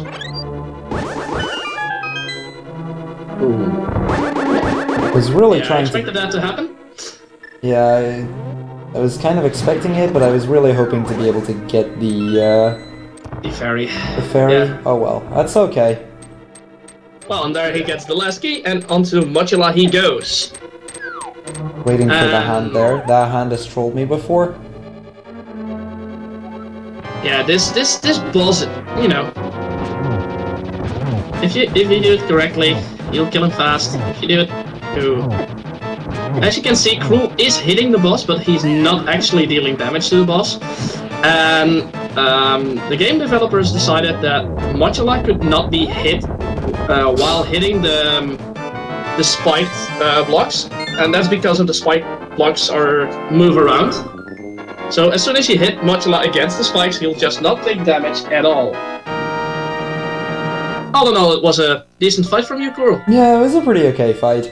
Wasn't great, but definitely good enough. 3 dungeons down, only 4 more to go. Yeah, we're gonna get a little bit more text because we're gonna have our 3rd maiden saved, and with that, we're gonna move on quickly to go for a few items that I need to grab real quick, and then we'll go into the next dungeon. So normally the next dungeon would be, I believe ice, right? Yes, normally you would get the Quake Medallion, the Flippers, and then head to Ice Palace, but, we're doing Crrool strats. We're doing Crrool strats, so we're gonna go for Swamp first. Fire? Yeah. No, Swamp. Swamp. Always Swamp. You know me right now. Like, even in our randomizer races... Swamp Palace. Yeah, even in our randomizer races, I usually always go for Swamp first. To the point where I believe it actually started to annoy Zita a little bit, which is kind of funny.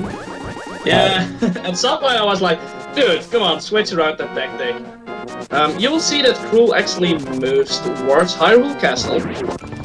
Walks into the gate, and then that brings me into the Dark World, and that puts me in a really nice position to get the Quake Medallion, the Flippers, and a Heart Piece. All 3 items, something I need. I need the Flippers mainly in order to actually get into the next dungeon, as well as the Quake Medallion for a dungeon later on. So I need to go here anyway, so I might as well just do that now.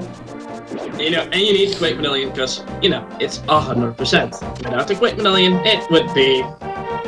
Yeah, not to mention Quake Medallion 99%? is just a... Yeah, not to mention Quake Medallion is pretty much a required item anyway.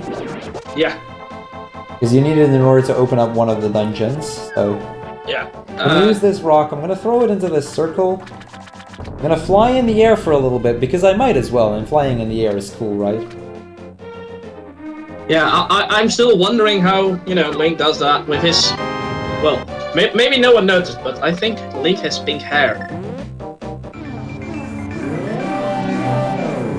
So we're gonna move back into the light world, and it's time to go for Zora. So this is where we needed most of that money we needed earlier on. Earlier we mentioned, we need about 600 rupees. I mean, we had to spend 10 already, but this is where we're gonna spend the majority of it. We're gonna spend 500 of our rupees here on our good friend Zora, who's gonna sell us some flippers, which will actually allow us to swim. Very useful he's the stuff. Zora King, he's like... With these flippers, you can swim, so, it's the only way of swimming, so they're expensive. Good bat walk, honestly, but hey. Yeah. So yeah, we get to the end here. We're gonna buy the flippers. It's gonna cost us a whole 500 rupees. But it gets us the next upgrade, which is gonna allow us to swim, and that is gonna immediately give us an advantage, because there's another item down here for which we actually needed those flippers, which is this heart piece over here. Yeah, and while Crrool does Swamp Palace, he definitely wants to get a ferry, because after Swamp he'll probably go and get the blue cane, and for that he'll need to do some damage boosting. And Yeah, for that part the I amount of need... hearts he'll have, it's gonna cut it close. hold on. Yeah, so basically at that point I need to catch a ferry somewhere in this next dungeon, or I need to try to get one later on. Got a few options in that regard, but because I still haven't caught a single one, I'm gonna have to try to find a good place to actually get one. Now the downside of this next dungeon is that there aren't really a lot of good places to get ferries, so that's gonna be a little bit annoying. What am I doing? You forgot to go to the doctor. Yeah, oh well. Well, yeah, it happens, you know. Don't mind that. So basically I need to go there, but I need to go there in the Dark World. Yeah. For some reason... you will be able to obtain the Bombos medallion there. I was trying to think of where I could get a ferry easily, and for some reason was just derping around a little bit. That's okay though.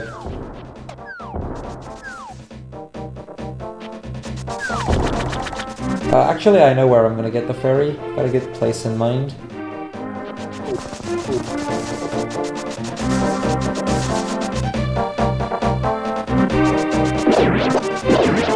Yeah, with that, we're gonna... Swamp Palace is one of the easier dungeons in the Dark World. It's actually, you know, the game intends you to do that as the second dungeon in the entire 7 dungeon run. And we're gonna basically do it as our 4th right now. Usually you do it even later, you do it as a 6th for 100%, so... Like, from the difficulty that we've seen so far, this is still, we're gonna get a massive drop in difficulty all of a sudden. Yeah. Really convenient. We get the Bombos medallion. That's the only medallion we do not technically need. It's a nice advantage for one of the upcoming dungeons, though. I tend to use that on occasion in Turtle Rock, which is the last of the 7 dungeons. There's a few rooms where it's nice to have it. It's not required or anything, but it's just a neat little bonus. Yeah, minor glitch right there, making the block disappear like that. I believe that's one of the only glitches that's actually not just a Japanese 1.0 thing, but you can actually use it in pretty much every version. Gonna get myself that ferry, because I said I would. And we're gonna open up this thing. Now with this open, that's going to unlock 2 things. First of all, it's going to make the next dungeon in the Dark World actually accessible. Second of all, it's going to unlock a heart piece over here. That heart piece we want to have.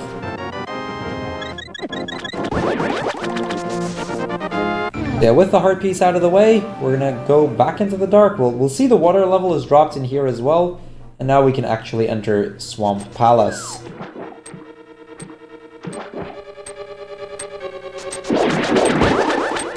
Yeah, this dungeon isn't all that special. It's, you know,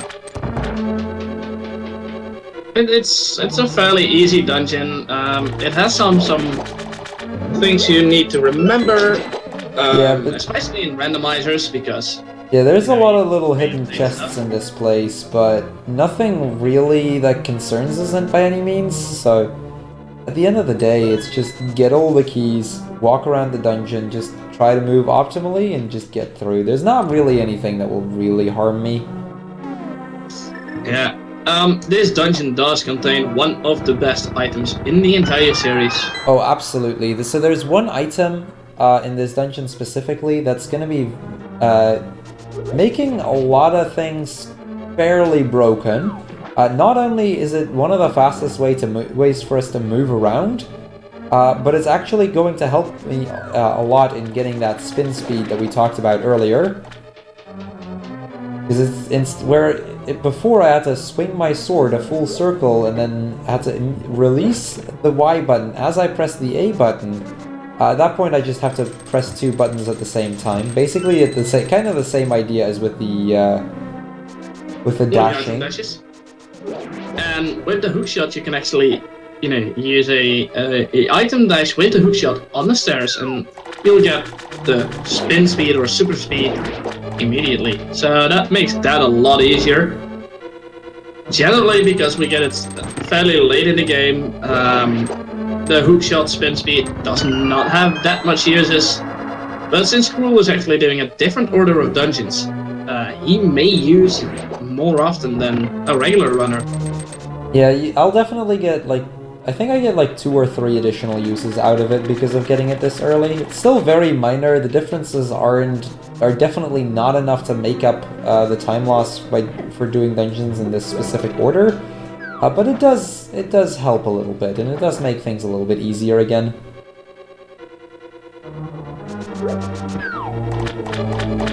A very difficult puzzle over there. Luckily we got through.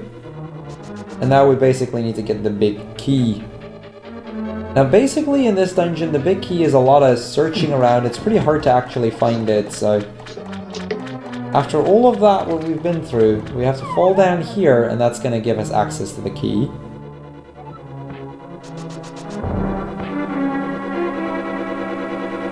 Is in this chest over here. So with that we can get the hookshot and we can complete this dungeon as well and actually move on.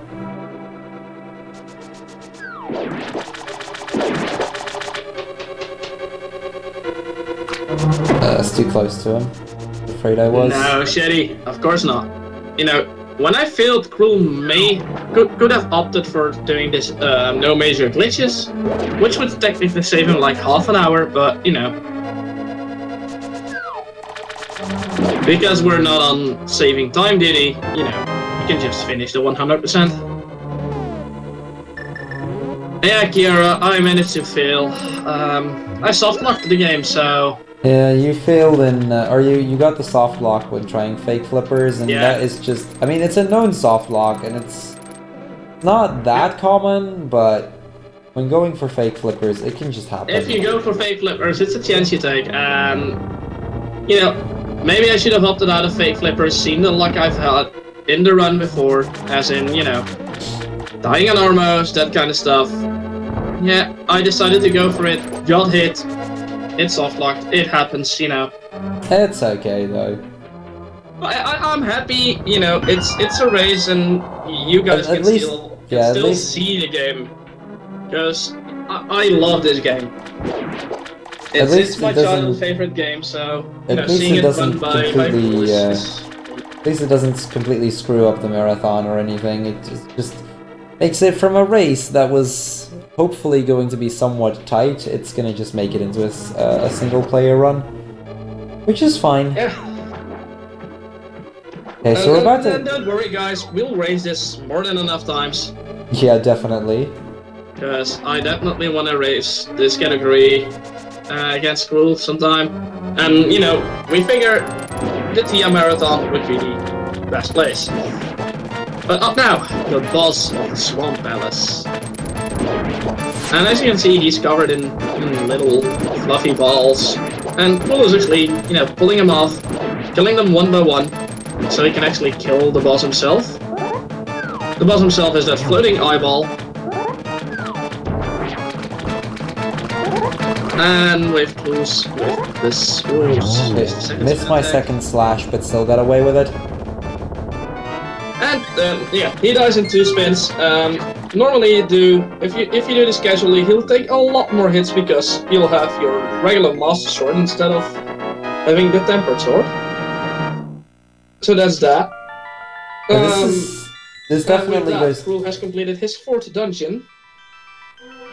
Yeah, this definitely makes a huge difference. If you do that with a Master Sword, each fluffy ball will take 2 hits rather than 1.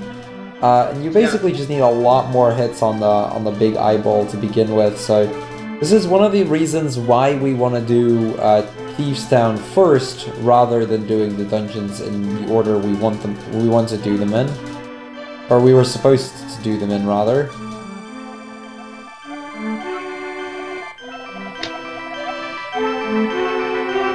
But yeah, I kind of agree with you, Shady. Iris Percent of Lucia 2 is a really cool run, but it's not marathon safe. Not at all. What isn't? Iris percent. Oh, Iris percent is fun. It's very marathon safe, obviously. Yeah, you know, it cannot be either between 3 hours and 25 hours. Or more. Mitch has Or gone more, over you know, who 25 knows? before. So how about Iris percent next BSG? Yeah, definitely. We'll do that. Yeah, just do Iris percent and, you know, let all the other runners fill up the remaining time. So we're basically gonna get that heart piece over there, and with that, we still need one more bottle, so I figure we might as well start picking up that one as well. I'm gonna go out of my way a little bit here to get that last bottle, and then we'll move on to the next I'm dungeon. actually surprised that you do that in the light world, but, you know, since you're doing it in your order, it kind of makes sense. Yeah, with the regular order, you do that a little bit differently, and you get that bottle quite a bit faster. But this is one way to do it, and Yeah, well, normally you'd still go here after Swamp Palace. Then you go to the light world where Crrool just picked up that heart piece. Then you go back to the Dark World, dash around, jump down, teleport towards the light world, get the bottle, and then actually exit the water and get the big bomb. But since Crrool can't get the big bomb yet, he'll just do it in the light world, so he can easily fly with Scrooge McDuck towards Death Mountain. And as you can see, Crrool has super speed. well, I lost Crrool it, has but super speed. I've got it back now. Yeah, Crrool will go and pick up the Ether Medallion, and Well, yeah. that, and one other really important item, the blue cane. Okay, Gonna get a did few you actually hearts get your here. ferry? Come again? Did you actually manage to pick up your a Yeah, I ferry? got a ferry. Okay, so this is safe. You know, without a ferry, this is really tricky. Can be done, but Not at the health that I was at. if you were Cool. at full health, you may have been able to. Because as you can see, he died right in front of the stone, and that's he fine. entered with 12 hearts instead of 15. So with 15 hearts, he would have completed it. Gonna get my You can now hearts fill up. back here though. At least have most of them. We'll get the blue cane, and with the blue cane, we'll show it off immediately. The blue cane is basically Cool an item that just grants you invincibility for all of this, for like every bit of damage you would normally take. So getting over the spikes becomes very easy, and the same goes for a lot of the bosses. You can get through bosses a lot more easily with the help of the blue cane. It's a really nice item to have in the back as well. Yep. And a fun fact, in there where Crrool picked up the blue cane, there was like a two steps there. If Crrool had gone for it, he could have had spin speed there by swinging his sword and dashing at the same time and hitting that stairs. But Yeah, it's really tough to get, and it's a lot more tricky. That much. A lot more tricky than most spin speeds, and the time save is very minor, so I opted If against you're it. actually good at spin speeds, you know, you may opt for it, but it doesn't save a big time. You know, it's not a huge time save. So up next will be Mire. And Mire normally is the 6th dungeon. Things will start to hurt in here. Those flying pterodactyl-like thingies, if they hit you, it's like 4 hearts of damage. And, you know, Crrool has a lot of hearts now, so he's safe on that, but still. You know, you like to minimize the damage that you take. Yeah, we'll pick Now, what up. Crrool did there is what we call mirror cancelling. As soon as he pushes the block, he presses the mirror, and where normally if you press the mirror in like a dungeon, you'll get teleported back to the start of the dungeon. If you press the mirror in a place where you can't actually, you know, where the mirror does nothing, like in that cave, while pushing a block, the game does not know how to handle that and will just make the block disappear. Really handy trick, you know, especially for the... I think you did it in for Swamp as well, and, you know, to get the chest there, it's just Yeah, it does save a little bit of time. I We'll try struggled, to get... Ooh, struggled a little bit there, but got through. So. Yeah, since Crrool actually had the hookshot, he could have used that to get to the other side. But that would mean entering the menu in extra time, and that's generally something you'll want to avoid. That is very true. Yeah, you need to kill all enemies in this room in order to enter the next one. So I'm gonna... Crrool will, continue through the dungeon. It's not a really hard dungeon in terms of, direction. Yeah, once you actually have an idea as to where you need to go over the course of this dungeon itself isn't that difficult at all. It's a fairly easy path that gets you through really nicely, but the thing is, the way that the keys work out is really tight. So you don't have a lot of leniency, and you need to make... It's very easy to get lost casually. Luckily, knowing the path through this place, it's not going to be that difficult anymore. We're gonna go in here. We'll switch that to blue. That actually has to be switched to blue in order for this to work. Grab the key. Unfortunately, he went into his the phase where he just protects himself with that electric thingy. So that was a little annoying, but that's okay. I'm gonna refill my magic, and we're gonna do another minor little trick here. Yeah, it's a cool trick. It is definitely a cool trick. As you will probably see, as soon as he pushes the block, he'll use the fire rod, which makes the fire shoot through the rock, and that saves him from doing 4 puzzles. Normally you'd have to, puzzle your way through the block so you can actually enter those squares in order to light them. This way it's just faster, Yeah, we just light saves through you a them, we lot of don't time. actually have to solve them, and that just gets us to the big key very, very quickly. Now with that, we could try to move on immediately, but the thing is there's an item that we really, really need in order to actually progress through the game. Yes, the red cane. So we're gonna get that first. That is indeed the red cane, the cane of Samaria. Very useful item, very fun item to use. Has a lot of uses in the run actually. And well, because of the fact that Crrool did swap already, he has the hookshot. So actually getting to the chest is way easier for him. Yeah, so normally over. moving to the other side there is really, really tight, but having the hook shot, we can just hook over and then just immediately start running. That actually... In a normal run you'll have to go around, and you have to dash, but you can't bonk, and it's really tight, and it might even fail you 1 or 2 times. Yeah, and failing that is actually quite a time sink as well, so having the hook shot for that and just being able to do it like that makes that so much easier. Use the fairy to heal up there, and then we'll just move on. Now, I don't technically need more magic, I have enough, but I'm going to take it anyway in case I get some trouble with the boss. At that point I could use the blue cane that we picked up earlier in order to still just be fine, because I could use that to not take any damage anymore. And we'll get to see the first use of the red cane here. Basically, every time I use the red cane, it forms a block on that specific position, which is very useful right there to press the button, and that's why it's actually a forced item here. However, it has a second use that we will also show off very, very quickly here. Well, you actually already showed it off. It was already visible, but basically I can use it a second time to despawn the block, so to speak. And that actually shoots out a ball of light in every single direction.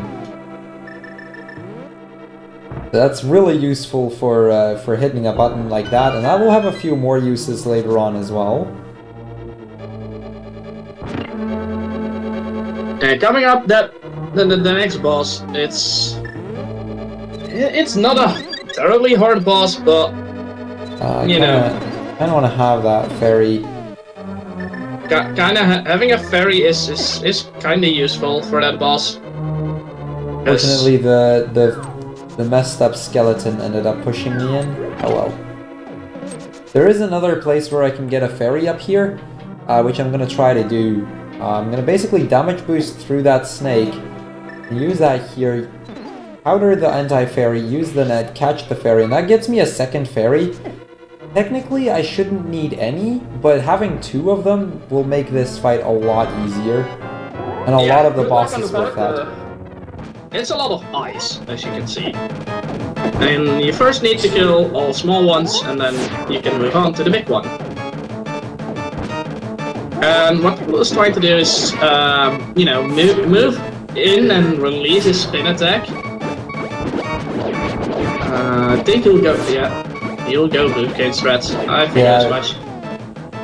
And as soon as you actually have the small ones down, you can, you know, you pick up your bow and shoot the eye.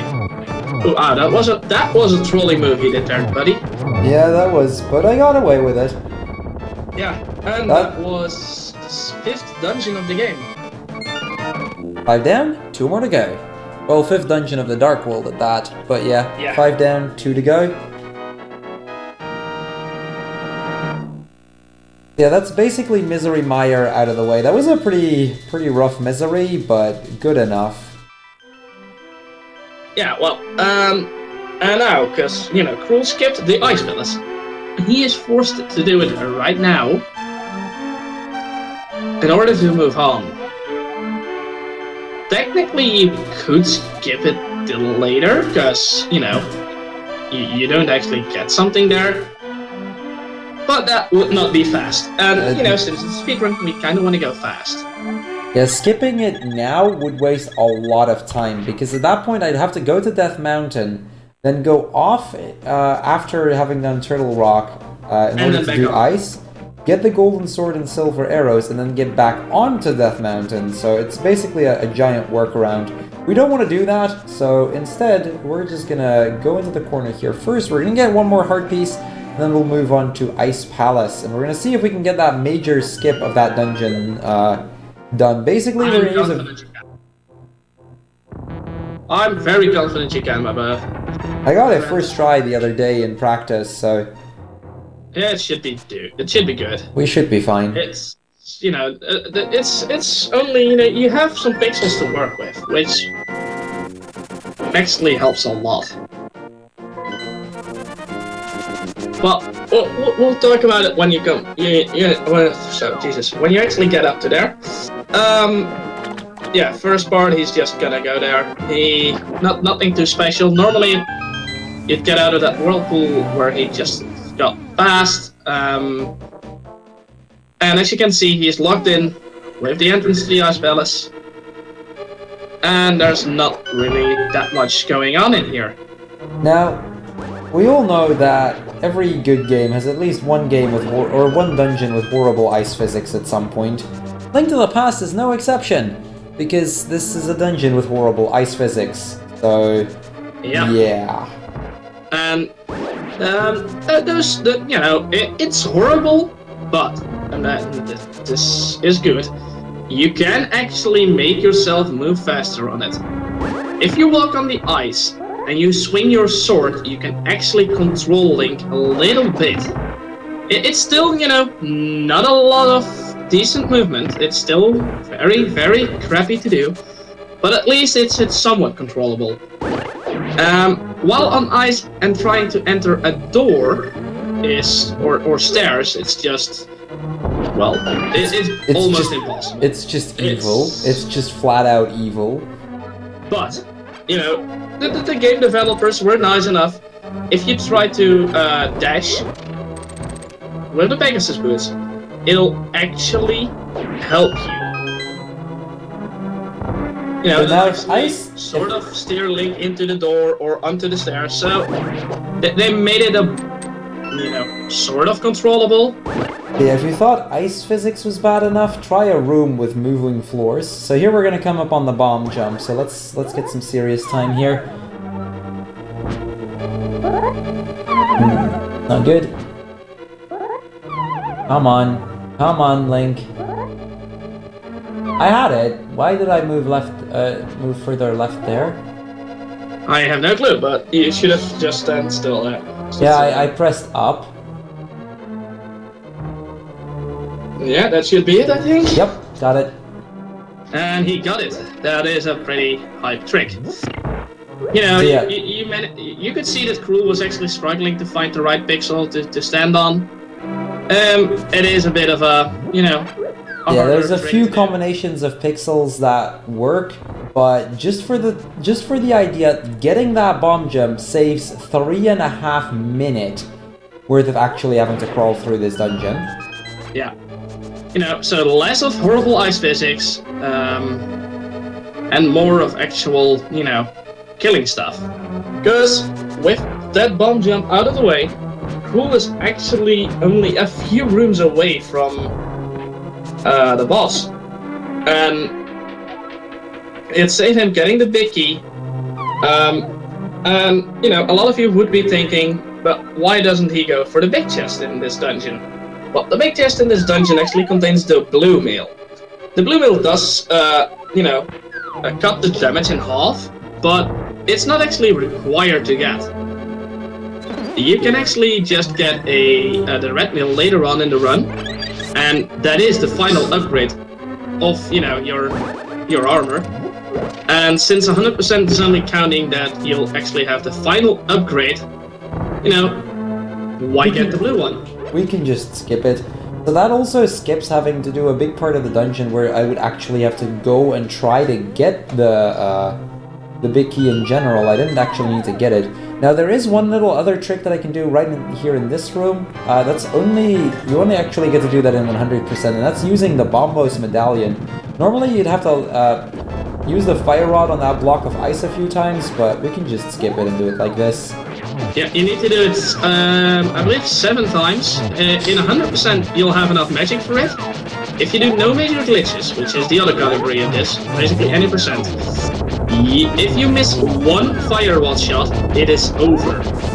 You have no way to actually kill, you know, get rid of the ice and be the boss of this dungeon, so yeah. Okay, pretty rough fight there, but didn't die or anything, so... Rough fight, but still got it, you know. Ideally, what you want to try to do there is try to move that enemy in, like all 3 of them, in a corner, and from there you can just slash until they're all dead. However, if they manage to break out, things can go sour really, really quickly. Yep. Luckily, it's not only that there's 3 of them, there's also ice blocks falling down, which hit you and push you away, so it's not an easy fight. But with that out of the way, Crrool is actually 1 dungeon away from having saved 7 maidens. But, you know, it could be me, but I think his item screen looks kinda empty still. So yeah, Crrool, it's time to get some items, I guess. it is. It definitely is. I mean, we're still lacking some heart pieces, we're still lacking a few items, so we're gonna get that first. First and foremost... let's go get what is probably one of my favorite items that we can get, and that is the butter sword. Yep, he will get the butter sword and the silver arrows. Now, for those that don't know what the butter sword is, just watch and behold, because this item is amazing. Yeah, it's just, you know... This is also where that time save in doing the dungeons in the regular order comes in, because at that point I would have already been into the Dark World here, so I wouldn't have to travel back into Dark. But, So, you know, it's a minor... you will see the most beautiful fairy of them all in a very short amount of time. Oh yeah, this fairy is amazing, but she is Yeah, I heard mostly... she actually is a model, so, you know... Be prepared for that, guys. Not to mention she gets you some of the best stuff possible, so... Yeah. Very useful, useful fairy in every single way. You know, she's a model. She gives you good items. I don't know what you can wish for more. But, you know, as you can see, Link is actually carrying a really big bomb now. Yeah, you can dash with that behind you, because as soon as you press the A button, it will actually start to detonate. You see a little countdown, and Crrool will blow up that wall. So here we can drop an item into the pond, and we're going to drop our sword in. I mean, it's definitely smart to drop a sword into a random pond. We're going to get to see this little fairy over here, and we're going to get the butter sword, the golden sword. Basically, the butter sword does 4 times the damage from the regular sword, basically double that of the master sword, with that dealing more damage than any other weapon in the game. It's just really, really powerful. It's really all there is to say. We're also going to drop our bow in, and that's going to give us silver arrows. Basically, the arrows that we need to actually deal proper damage to the final boss. Yeah. Well, we'll get to that, you know, later on. But hold on, you still need two major items. You don't have an ice rod, nor do you have the cape. And, you know, in order for it to be 100%, you do need both of those. So, Crrool will go on some scavenge hunting, and first up he'll get the cape, I guess? Yeah, I'm gonna go for cape first. I almost made a mistake there in going into the light world. That's kind of any percent no major glitches strats, in that in any percent no major glitches, if you do go for the golden sword, you'd go back into the light world there and go for Death Mountain. However, since this is 100%, instead I'm gonna have to do a little bit of walking around here first. We're gonna get up here, which looks like a bit of a weird position. We're gonna get into the light world, probably making it look even weirder, and we're gonna go over here. Unfortunately, that ghost decided to be a bit of a troll there. But we're basically gonna open up a hidden pathway down here, and with that, we can get this really cool item, the cape. To be honest, I still think, you know, Link stole that cape from Harry Potter. But hey, that's me. It is an invisibility cape. So with that we can become invisible, which is really useful. There's actually don't forget the heartbeat, buddy. Yeah, there's one item we can only get by having the cape, so it's going to be very useful for us to have that at least. First and foremost, though, we're going to get in here, because there is another heart piece that we need to get. Can't be 100% without every heart piece, eh? Yeah, that is a thing. And here you can fill up on some bombs and some hearts, and then continue on. Get another, you know, full heart, which means we're 2 hearts away. And we still since have there is still that one dungeon, so there is still 1 heart that we're gonna get from a boss. That means we've got 4 heart pieces left at this point for us to reach the 100% requirement, at least in the sense of the heart pieces. We still need the ice rod, the mirror shield, the red mail, and those remaining 4 heart pieces. And we're gonna first get the heart piece that we see on top of that place. Now this is also the one thing we need the cape for. There's a little bumper that we need to pass that you can only pass if you have the cape. Yeah. The actual gap in front of it, which Crrool will probably use his hookshot for, you can actually pass it without. Why would I use the hookshot? He does not use the hookshot. He decides to not to. He's like, you know, Xitaczz talking about a hookshot. I never use the hookshot there. Okay, it is faster to use the hookshot, I think. I think it's... Or at least the time save is so minor that it doesn't The time save is minor enough that it doesn't really make a difference. Because you have to go back into the menu. I think it's actually slightly slower, but we're talking like frames difference right there. But it's just a cool little swag strat to just walk on the edge there. Yeah. And as you can see, Crrool dashed against the tree. And, you know, the tree just opened up. I don't know if you guys paid attention.